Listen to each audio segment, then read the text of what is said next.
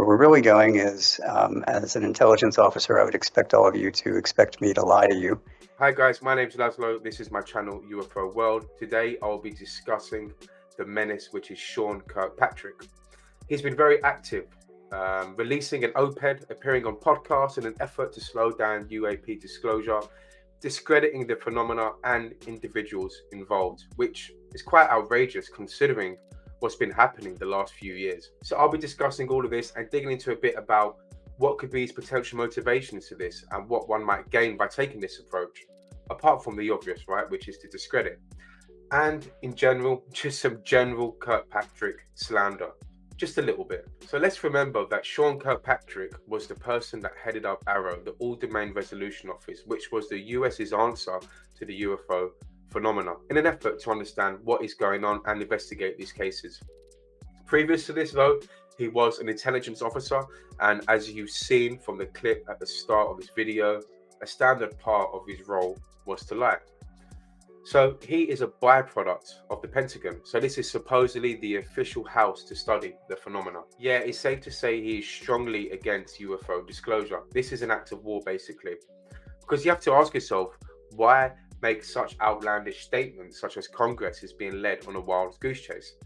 Why go for David Grusch and those associated with him? His claims stem from the fact that he believes David Grusch has been misled by a small group of UFO true believers, okay, filled up of members of ATIP, TTSA, and those helping to draft the UAP legislation, which is a clear reference to Luiz Elizondo and Christopher Melon. Luiz Elizondo, of course, was the person that headed up ATIP. But I mean, you have to respect the courage and the balls of the guy. Like, he went 0 to 100 really fast, like UAP fast, right angles off. Of course, this was all done in an effort to discredit these individuals, but his use of language is also interesting. It's something I want to make note of. It is like he's creating a fantasy out of it, right? Deeming it interesting stories, quote unquote, and being a true believer. And I believe this is on purpose, linguistically. It is filled with an air of dismissiveness and stigma. It's as though he is flipping the stigma back to the true believers, as though we are the crazy ones, right? We are the people believing in this decade-old conspiracy, all right?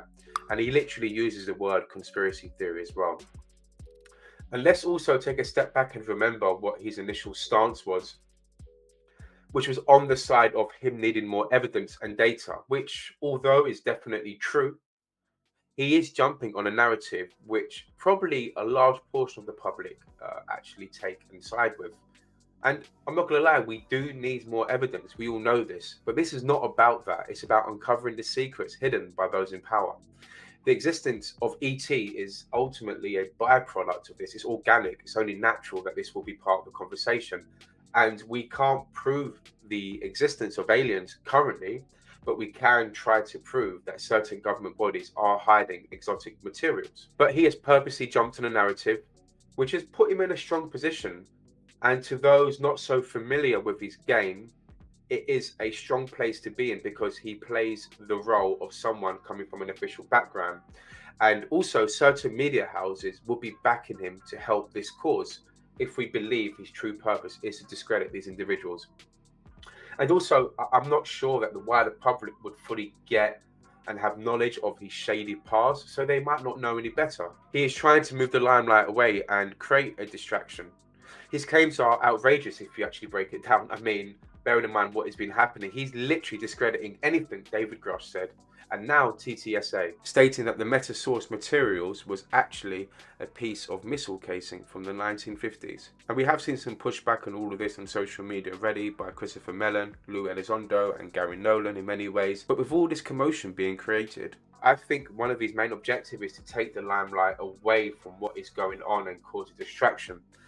And this is coming through how outrageous his claims are in comparison to what is being said. And I think there's a great example around creating a distraction and taking away the limelight from what you don't want people to see.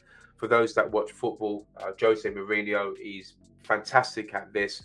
Whenever there's a bad performance or things are not going particularly well for his team, in the press conference, he would be overt. He would be very open, loud. He would blame, and it will shift the news and the highlights onto him and his claims, because he knows the next day when the newspapers come out, everyone will be talking about Jose Mourinho and not about his team's performance.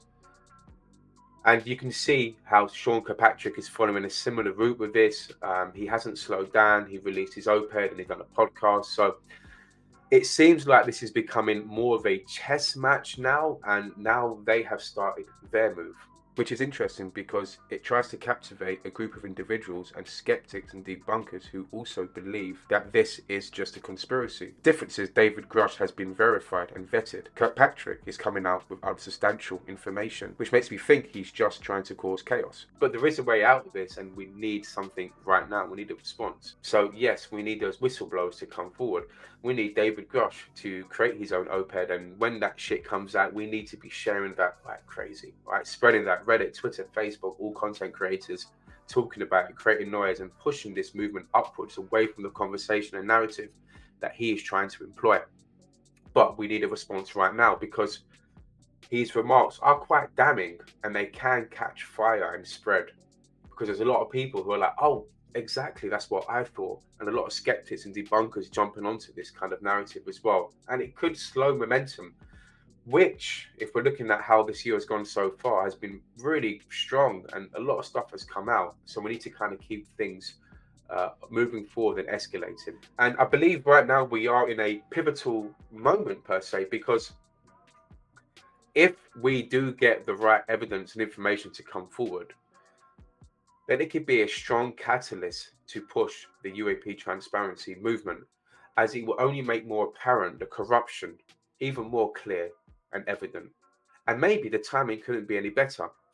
Smoking out Sean Kirkpatrick and the other disinformation agents to show their cards, which has ultimately happened, first gives us an opportunity for the whistleblowers and David Grusch to silence those claims and expose those that something is actually going on. And we could look at this the same way that Mike Turner got smoked out, right? Through his pushback on the amendment, we saw that there was someone there who has connections to the secrecy and has an agenda. And I think Sean Kirkpatrick right now is going all out, guns blazing, and he smoked himself out. And if we respond correctly and in a strong position, it could actually push things forward. And we need to douse this fire with our own information and credible information as well, true evidence to really nullify this. So guys, those are my thoughts anyway. And I think it's a precarious line because Sean Kirkpatrick is trying to create a distraction. He's trying to shift the narrative towards the UFO community being conspiracy theorists, true believers, and he's ultimately gone for everyone at Congress, Schumer, Rounds, anyone that's been an advocate for UAP transparency. He's basically said, you guys are not doing your job correctly, which is a missile strike. It's an act of war, and we need to respond straight away. And David Grusch and all the other people that have worked so hard to come forward, their efforts could diminish. So we need to keep the momentum going forward, and I hope that's what's happening. And when this information does come out, it's our duty to really spread that around and push his noise down and create this movement upwards and elevate it. But yeah, look, I'll be keen to hear what you guys think, how to navigate around this. I've seen a lot of people commenting and bringing rightful information forward. And I just think for me, the main issue is that the wider public are not particularly aware of his background, and they could just see this as him being a former director employed by the Pentagon, an official person, and what he's saying makes sense, right? Because we do not have evidence. So I just think it's very crucial the times we're in. But yeah, please let me know what you think, and hopefully you enjoyed today's video as well. If you did, would appreciate a like and subscribe. I'm looking to create more content, a bit like this, a bit more natural, I guess, because editing, although I do enjoy it incredibly, it can take a lot of time, and I'm trying to spread my time in other efforts within the UFO movement as well. But yeah, let me know what you think. Take care, and I'll see everyone next video. Peace.